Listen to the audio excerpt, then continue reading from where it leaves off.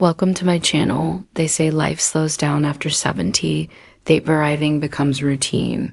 Softer, quieter, predictable. But what happened to me that summer night shattered every rule I thought you understood about motherhood, aging, and emotional boundaries. And it all started so innocently with a knock on my door and a simple, "Mom, can we talk?" Before I begin, I want to ask you, from where are you watching this story tonight? Drop your city in the comments below. I always love hearing where you are joining me from. Now, let me take you back to a night that I still think about every day. My name is Catherine. I'm 71 years old, widowed, and living in the same quiet neighborhood in upstate New York where I raised my son, Tyler. We used to be a family of three.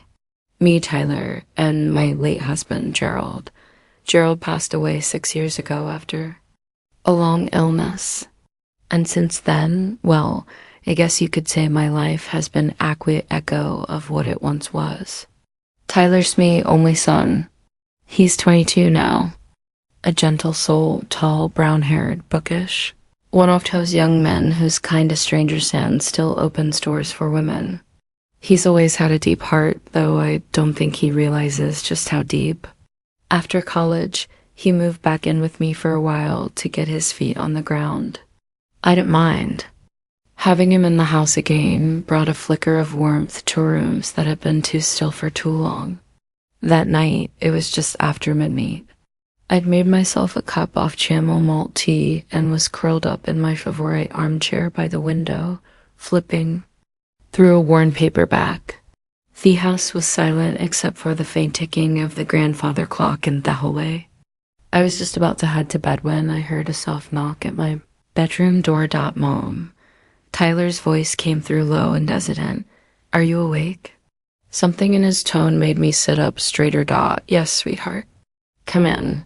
He stepped into the room wearing sweatpants and at-shirt, barefoot, his dark hair a little messy, like he'd been lying in bed, unable to sleep. He looked unsure, vulnerable.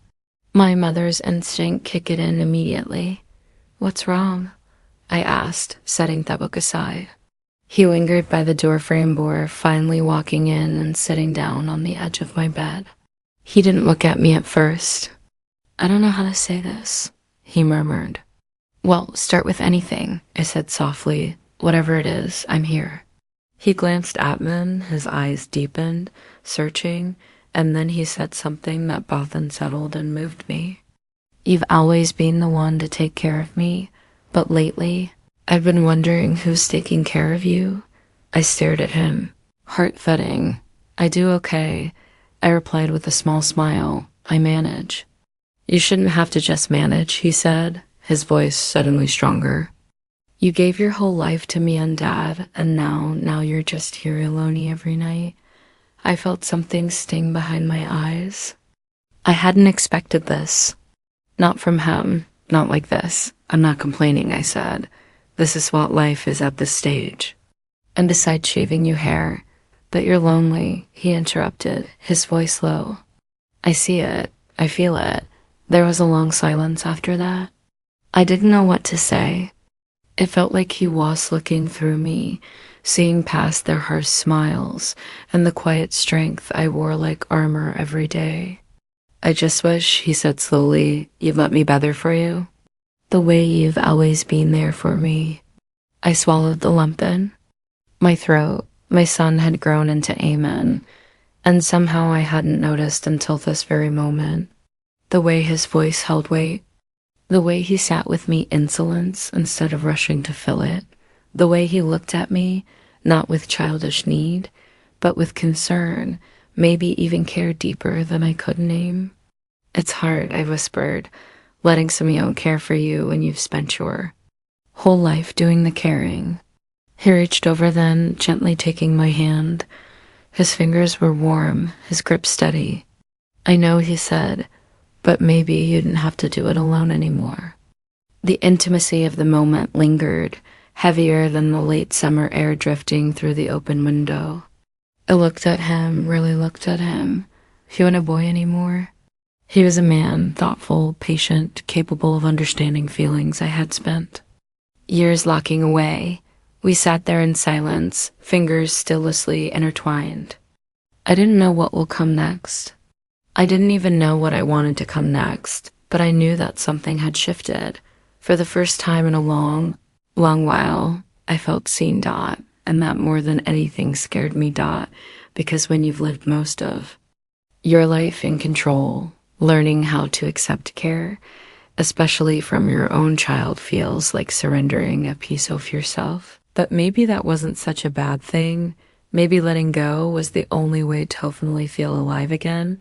And Tyler, he wasn't letting go of my hand. Not yet. That night, after Tyler left my room, I couldn't sleep.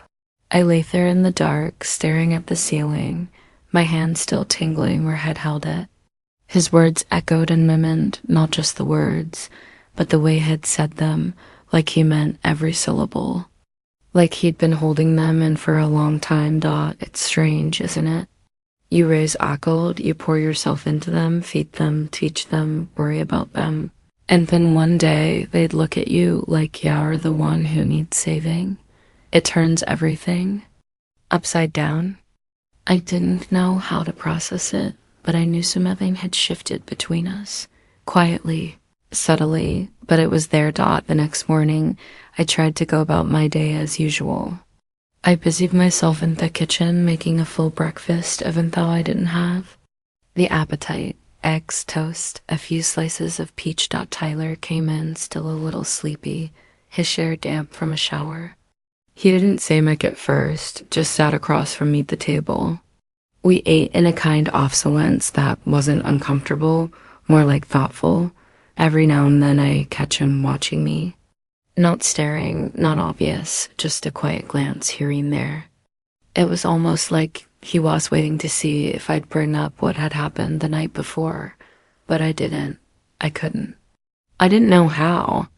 "You've got paint on your hands," he finalized, nodding to the tiny streak off-white near my thumb. I looked down and laughed softly. "I touched up the trim by the porch this morning. It's been bothering me all week." "You could have asked me to do it," he said. "I could have," I replied, "but old habits die hard." He smiled, but there was something behind it. A kind of quiet frustration, or maybe concern. That afternoon, I went out back to the garden. Working with my hands helps clear my head, and lately my head had been a storm. I knelt in the dirt, pruning the tomato plants, humming to myself when I heard footsteps behind me. "You always come out here when you need space," Kyler said gently. I looked over my shoulder at him, surprised. "How do you know that?" "I've been watching you for years, Mom. I notice at things." He crouched down beside me, picking at a weed near the mint leaves. We sat like that for a while, just in the garden like two people who had nothing to prove to one another. "I meant what I said last night," he added. "I want to be there for you." "I know," I said quietly. "It's not just that I think you need someone. I want to understand you, not just as my mother, but as a person, a woman." His words caught me off guard. I stood up quickly, brushing my hands on my pants, trying to hide the way my heart started racing. It was too much to direct. "Tyler, I appreciate it. I really do. But your mother," he stood up too. His expression was calm, but there was something intense in his eyes. "I know who you are, Mom. That's exactly why I'm saying this. I've seen you take care of everyone. I've seen how you laugh when you're tired, how you hide your sadness behind chores, how you talk to Dad's picture when y'all think I'm not listening. And I want you to have someone who sees all of that, who doesn't look away." I felt like the wind had been knocked out of me. My eyes stung. I didn't know what to say. I wanted to tell him he was wrong, that I was fine, that I didn't eat anything. But it wouldn't have been true. That night, I found myself lingering outside his door before bed, just standing there in the hallway like I was 16 again. Unsure of what I was feeling. My hand hovered over the doorknob, but he didn't knock. Instead, I walked away, but something had changed. A door had opened between us inside me, and I knew it wouldn't stay closed for long. The following evening, after dinner, we sat in the living room watching an old film. One of those classics with slow dialogue and dramatic music. Tyler sat on the other end of the couch at first, but as the movie went on, Webbeth shifted. Somehow, without speaking, the space between us disappeared. His arm draped over the back of the couch. My shoulder barely touched his. It wasn't about the movie. Neither of us was really watching. It was about the way Theseus spoke louder than words. The way I felt my breath hitch when his hand brushed against mine. Not an accident, Dot, not this time. I didn't move away. I didn't want to. The moment was thick with something unspoken, a feeling neither of us dared to name. But it was there in the air between our fingers, and steady rhythm of his breathing, and the way his eyes lingered on mine when the movie ended and the screen faded to black, and I knew this wasn't about pity. This wasn't about loneliness. This was something deeper, more complicated, and more honest than anything I felt in years. He didn't say anything that night when we finally said goodnight, but I saw it in his eyes, and I'm sure I saw it in mine. Something had begun, something new thereof. Use fully understood, but neither of us wanted to stop. The days that followed felt like walking a line I didn't know I'd ever find myself balancing on. Tyler didn't speak of that night on the couch, and neither did I, but it was there between us. Not awkward, not shameful, just present. Like a shared memory, we were still learning how to hold Dot. It was a warm Friday evening when things shifted again, more noticeably this time. The house had that late summer stillness where even the wind seemed tired. I was folding laundry in the living room, towels, shirts. A few of Tyler's things he'd left in the dryer. I had always done little things for him, Dot. It made me feel needed, like I still had a purpose. He came in quietly, freshly showered, smelling faintly of soap and cedar. He watched me for a moment without speaking, then sat on the edge of the couch and picked up a towel to help. You don't have to do that, I said without looking up. I know, he replied softly, but I want to. We folded in silence for a bit until I broke it. Can I ask you something? He said, of course. Have you ever thought about starting over? Like, really starting over? I glanced at it and puzzled at Miaj. He smiled faintly. Yeah, I guess that's part of why I'm asking. I placed a folded shirt down and leaned back slightly, watching his hands move slowly. There are moments, I admitted, quietons usually, where I think about what life might have been if I'd made different choices, if I hadn't buried myself so fully into being a wife and mother. But then I feel selfish for even thinking it. You're not selfish, he said gently but firmly. You're just human. He looked at me then, eyes locking onto me, and for the first time I didn't look away. I don't see you as just my mom, he said, voice low, steady. I see a woman who gave up so much and still stands strong. But I also see someone who's forgotten how to let herself be seen. That hit harder than I expected. Not because it was cruel, but because it was true. He stood then holding one of his shirts and came to where I sat. He knelt carefully, placing the folded shirt on the table before looking up at me. Can I ask something else? I nodded, heart beating faster. Would it be wrong if I said I don't want you to be alone anymore? That maybe that person who could make you feel alive again isn't far away. My breath caught. There it was. The quiet storm I'd been feeling brewing ever since that night by the garden. Only now it wasn't subtle. He had said it out loud. The wall that had always existed between mother and son, the unspoken rules, was being questioned gently but unmistakably. I felt everything at once. Fear, guilt, longing, a wild swirl of emotion I hadn't let myself feel in decades. Tyler, I whispered. You don't know what you're saying. I do, he said calmly. I've been thinking about it for a long time, and I think you have too. I didn't respond. I couldn't. He reached up slowly, his fingers lightly brushing a strand of hair from my face. His touch was so delicate, so unassuming. I didn't flinch. I didn't move. I just sat there breathing, feeling alive. I would never do anything to hurt you, he said.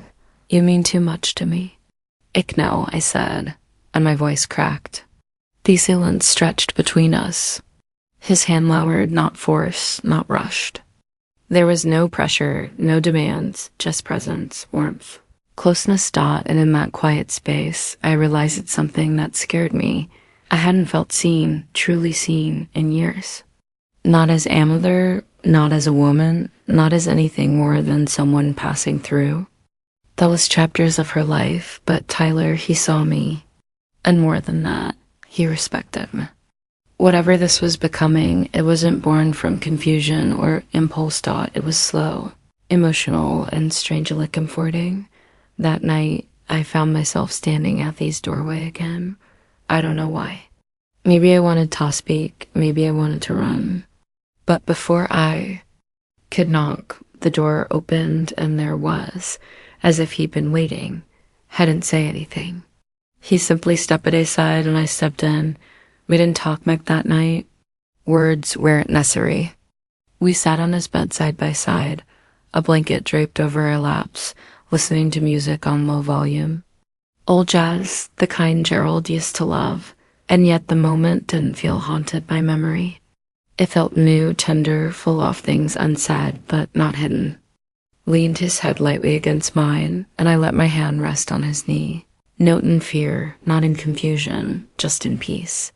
We stayed like that until the sky turned a pale gray. I don't know when I fell asleep, but I remember thinking, this wasn't how I imagined healing would look. But maybe that's the thing about feeling. Sometimes it comes from the most unexpected places, even from the arms of someone you thought you were meant to protect, not one who would end up protecting you. The next morning came slowly, like the world wasn't quite ready to wake. Pale sunlight filtered through the curtains, soft and unintrusive, casting gentle gleams across the floor. I opened my eyes before Tyler did. He was still beside me, breathing slow, steady, one hand resting just a few inches from mine. I didn't move. Watched him for a long time, trying to make sense of what I was feeling. It wasn't regret. It wasn't confusion. If anything, it was calm, a kind of deep, quiet understanding that I hadn't allowed myself in years, and something else too. A strange relief, like I'd finally let go of holding myself together so tightly. He stirred eventually, opening his eyes to find mine already on him. There was no startle, no panic. He simply smiled, warm and honest, and whispered, "Good morning." I didn't know what to say back, so I just smiled in return. We stayed like that for a while, wordless, wrapped in the moment.